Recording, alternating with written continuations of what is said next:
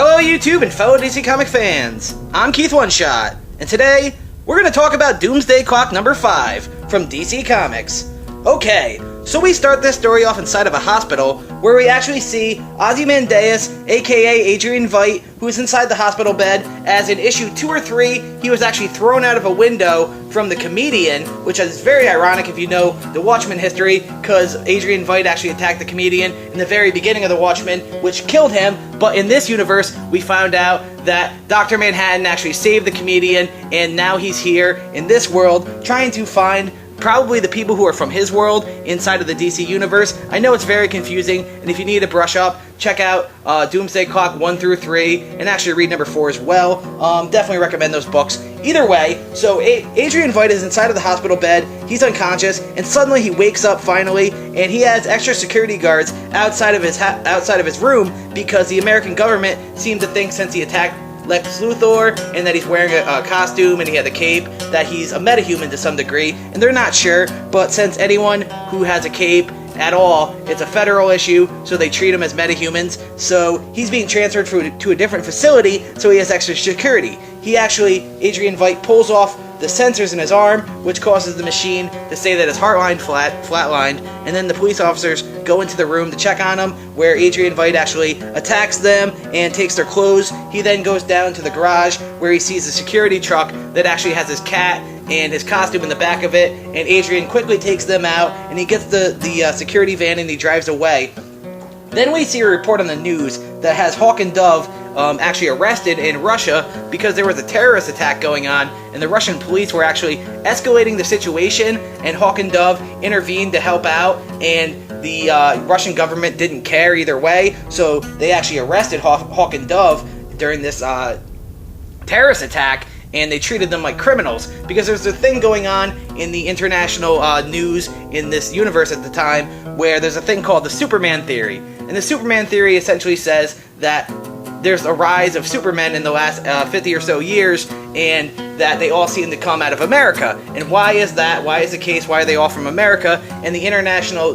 news, and Russia in particular, seem to think that it's because the US government must be creating metahumans inside of America as a part of a government program, so they can kind of like bolster their forces and their strength, so they can impose their global will on the rest of the world in case there's another world war or something like that. So America's got metahumans, and that's a part of this Superman theory that's going on inside of DC Rebirth, inside of Doomsday Clock more particular. So either way, that happens. Then we actually see Lois Lane, who's talking to Perry White, because he ran the ad in the paper that said that Adrian Veidt was actually a metahuman, and Lois is like, I didn't write that at all, and Perry kind of tells her, like, yeah, well, we need to sensationalize it, and we got to do things for clicks, pretty much on the website, and so people buy magazines, and Lois and Clark kind of talk about that a little bit, and they talk about the Superman theory, and Lois has a good idea who actually created this theory, which we're going to get into a little bit later, as we actually jump to Rorschach and Saturn Girl, or actually who we find out is Saturn Girl, because in issue 4 of Doomsday Clock, Rorschach, it was a Rorschach story, and we found out that Rorschach number 2 is this young African-American man whose name is Reggie, who is actually the son of the man who was interviewing Kovac when Kovac was in prison during the events of Watchmen. So, if you want to find out more about that, check out Doomsday Clock number 4, because that's a very great read, and I recommend you picking that book up in general. Either way, so we see Saturn Girl, who was in the prison, the Arkham Asylum in our universe, with Rorschach when Batman dropped Rorschach off there, and now the two escaped from Arkham together. Saturn Girl is actually from the Legion of Superheroes, which is from the 30th century, I believe, and they're a group of superheroes in DC Comics. I definitely recommend looking into them. It's a fun little group where you see characters like Mon-El and Brainiac number 5. Either way, Saturn Girl is one of those characters, and she was actually teased throughout DC Rebirth from issue 1, where we knew that she was trapped inside of the mental facility, and she's been teased all throughout this, and finally now she's working with Rorschach, which is an odd combination, but they suit up together in a costume shop that they broke into. Saturn Girl actually also puts on her Legionnaire ring, and Rorschach gets a watch, and he puts on his whole jacket and all that fun stuff. So that's really cool, and the two walk away. We then see more things with the Russian international government, where they've gotten a group of superheroes together that they call like an outsider group or whatever, that they're going to deal with the American force this way. And in this picture, I see for sure Geo-Force and a few others, and there's a lady Flash there, and she's got purple hair. I'm not sure if that's Avery Ho, who also has the purplish pink hair. That's not her suit, so I can't confirm or deny whether that is her or not, but this is a group that they're going to deal with the American threat with. Then we actually go to this old folks retirement home that we've been seeing on and off since the beginning of DC Rebirth, which is Johnny Thunder, and he hasn't been eating his food or whatever, so the orderlies are going to go in there and give him his food, and they actually go in and they found out that Johnny Thunder escaped out the window. And on the table we actually see a newspaper that says green fire consumes all American steel, which gives us a great hint on where Johnny Thunder is going. We see a few of the flashback stories with Johnny Thunder, and then eventually we see him trying to buy a ticket for a train, but he doesn't have enough money, and a lot of people give him some shit about the situation, so they tell him that it's a lot cheaper to take a bus, and so Johnny Thunder does so as he's in search for his friend Alan Scott's Green Lantern, which is in Pittsburgh, the home of steel in America, you know what I mean, the birthplace of steel. The funny thing about American Steel also is that DC Comics back in the day was originally called All American Comics, or American Steel Comics, and yeah, so that's a part of that there. So that's pretty interesting and cool. And so he's trying to go and find Alan Scott's Green Lantern so he can find his friends and find Alan Scott. So I don't know exactly what's going to happen yet there, but we're going to get back into that in a little bit further on in the story. Then we actually see Adrian Veidt return to Night Owl's ship, which is Archie, and Batman is actually waiting for him there, and Batman read all about Adrian Veidt in Kovac's journal, so he knows all about the events of Watchmen and everything that happened that Kovac wrote about. And so the two are going to have a conversation real soon. But then we actually jump to Joker's Bar. It's one of Joker's clubs, where in issue 2 or 3, Mime and Marionette actually went into this bar as they've been looking for clues on the Joker, because they were giving the two of them, the Joker's gang was giving Mime and Marionette shit about wearing makeup and dressing like clowns. And so they actually killed the people in Joker's nightclub, and now they're looking for the Joker. And inside of the nightclub we see the guy who was killed by Mime and Marionette, and then we see the comedian, and cops actually approach the comedian thinking that he killed these two men, and the comedian tells him pretty much, you have two options, either you've seen me or you didn't see me. And what happens if you've seen me is you're going to try to arrest me, then you're going to shoot at me, then I'm going to slit your throat. The other option is you didn't see me. And so the cops pick the right option, and the comedian goes on his search because he's looking for Mime and Marionette. So then we go to an alleyway where we actually see Mime and Marionette, and they're trying to kill and beat up more of the Joker's gang because they're looking for the Joker in their search to find him. He tells them that he doesn't know where the Joker is, but he does know where he's going to be, and that later on tonight the Joker is going to be on top of the Gotham City PD Police Department where the bat signal is, and he points up to the sky and shows them where that is as the bat signal is actually shining. We then go back to the Archie ship where Batman and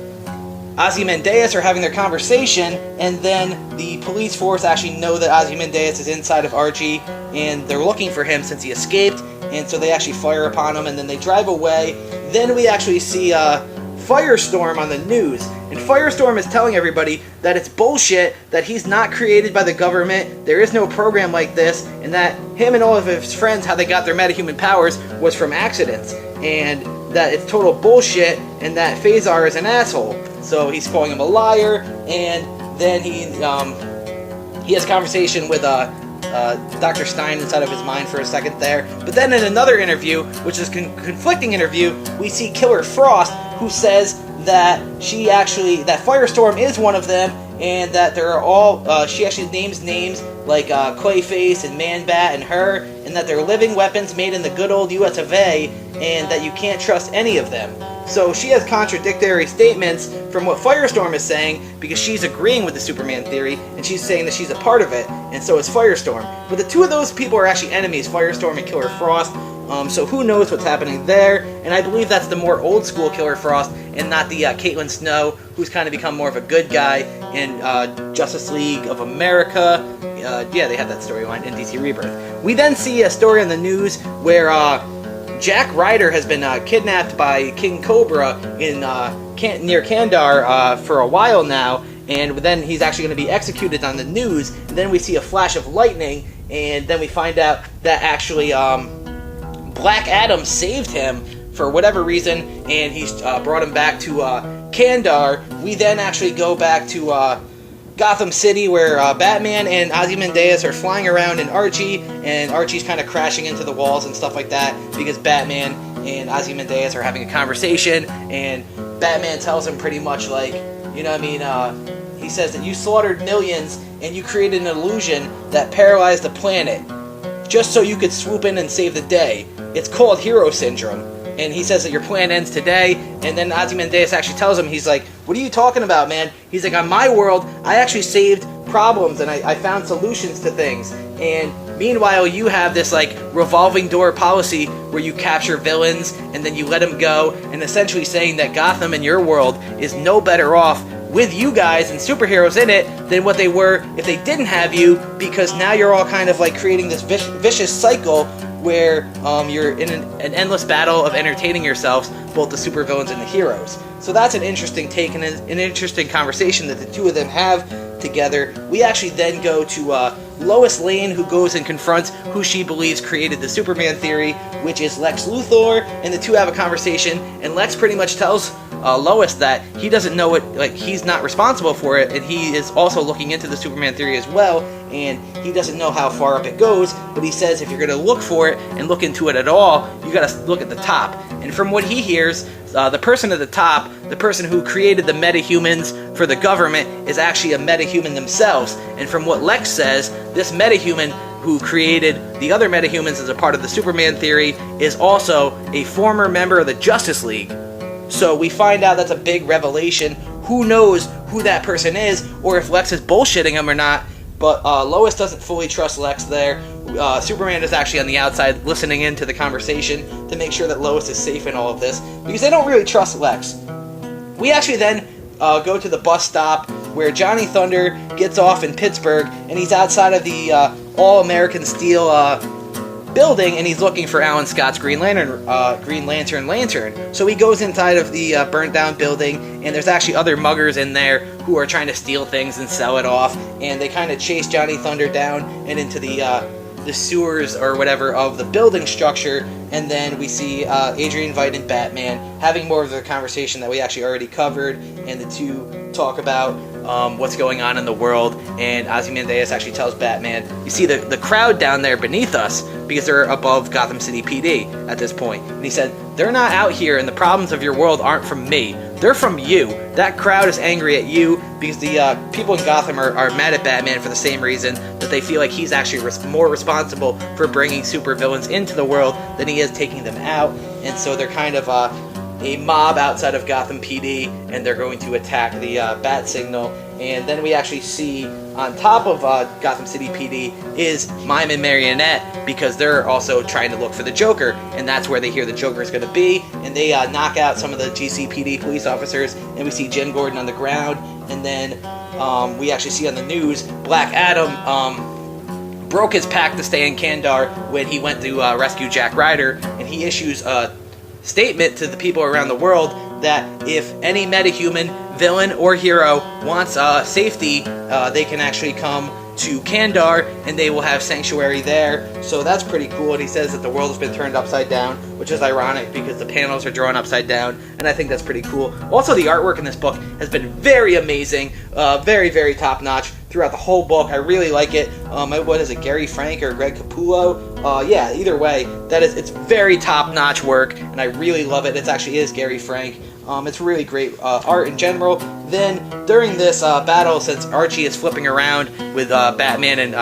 Ozymandias on the inside, Batman actually falls out of the thing into the crowd, and then we see, we jump back to Pittsburgh in the All-American Steel building, where the criminals are actually chasing Johnny Thunder, and then he actually finds Alan Scott's Green Lantern ring, which is like, what? That's really cool to see something like that, and it's awesome. And as Batman then, in Gotham, falls down, he actually swings by with his bat hook to try to get up, but the people are grabbing at his cape because he dipped so low down to the ground, and they actually pull Batman down and start punching at him. And then the people pushed the bat signal off the roof and onto the ground, and that's really crazy. And to see that and the symbol of the bat fall, and Batman get beat up by all of these people, and mostly Joker's henchmen are in the crowd. And then we go back to Alan Scott, or not Alan Scott, Johnny Thunder with Alan Scott's Green Lantern, and then the muggers actually grab the lantern and they beat Johnny Thunder up with it a little bit, and as they're gonna kill him, then all of a sudden one of the goons gets whacked in the arm by Rorschach, who shows up with Saturn Girl, and then Saturn Girl confronts Johnny Thunder, and she says that she's here to find him, and the two of them are here looking for him, actually, and do not worry what Rorschach is doing to those guys right now, because they were going to overdose in a few days anyway, so don't even worry about it. And then we actually go back onto the roof of the GCPD, where we see Mime and Marionette, and then suddenly, the Joker shows up, and he introduces himself, and he says that he's been looking for the two of them, because they've been causing him a bit of trouble. And then, all of a sudden, we actually see, Batman's on the ground, and he's been captured by Joker's goons, and they say, look who we've got, and they present the body of Batman to Joker, so now Joker's there on the roof of the Gotham City PD with Batman and knocked out, and then Mime and Marionette, who have been looking for the Joker and killing some of his goons, and it gets very crazy, and Johnny Thunder and actually has the Green Lantern of Alan Scott, and Rorschach is holding it, and he tells him, explain this to me, what is it? And then there's this nice little Easter egg where in the light of the Green Lantern light as it shines, there's a little moth flying to the light. And now that's significant because in issue 4 of Doomsday Clock, there's a guy called Mothman, and he's one of the Minutemen, and he's from the Watchmen universe, which Rorschach #2 and Ozymandias and Mime and Marionette and etc. Dr. Manhattan are from. And when Reggie, who is Rorschach #2, was inside of essentially their Arkham Asylum in their world, he met a man who was named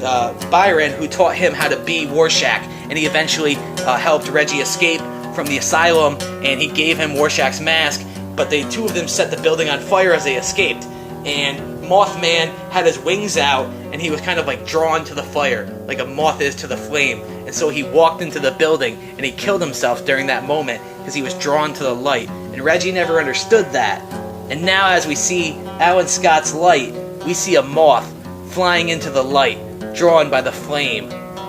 And that's how we end the book. And then there's a quote in the book that actually says, when man makes gods, there is no God. And then we get some reports in the book where they talk about the rise of the American metahumans and the Superman theory, and they name drop some of the people who are involved in this, like Metamorpho and Doc Dredd and Element Girl and Lady Clayface and Man-Bat and Killer Frost and Firestorm. And there's more things about different groups like Geoforce and the Outsiders and Fozar and the Justice League of Europe and Crimson Fox, and actually Batman's Dark Knights Inc., which he did during the New 52, and then there's a few other things like the new Superman, Kenan Kong, and his Justice League of China, and then there's an article about Black Adam, the savior or sinner of Kandar, and then they talk about Metropolis being the only safe place left on Earth, and you can come visit Superman. So that's basically Doomsday Clock #5, and I thought it was a really great story, and it did ask some more questions than what it answered at some points, but it does continue the story in a slow little way, and this story has been a slow build. I recommend you picking it up, and issue 1 through 5, check it out, and read it for yourself. I'm Keith One Shot. Take care, have a great day, and goodbye!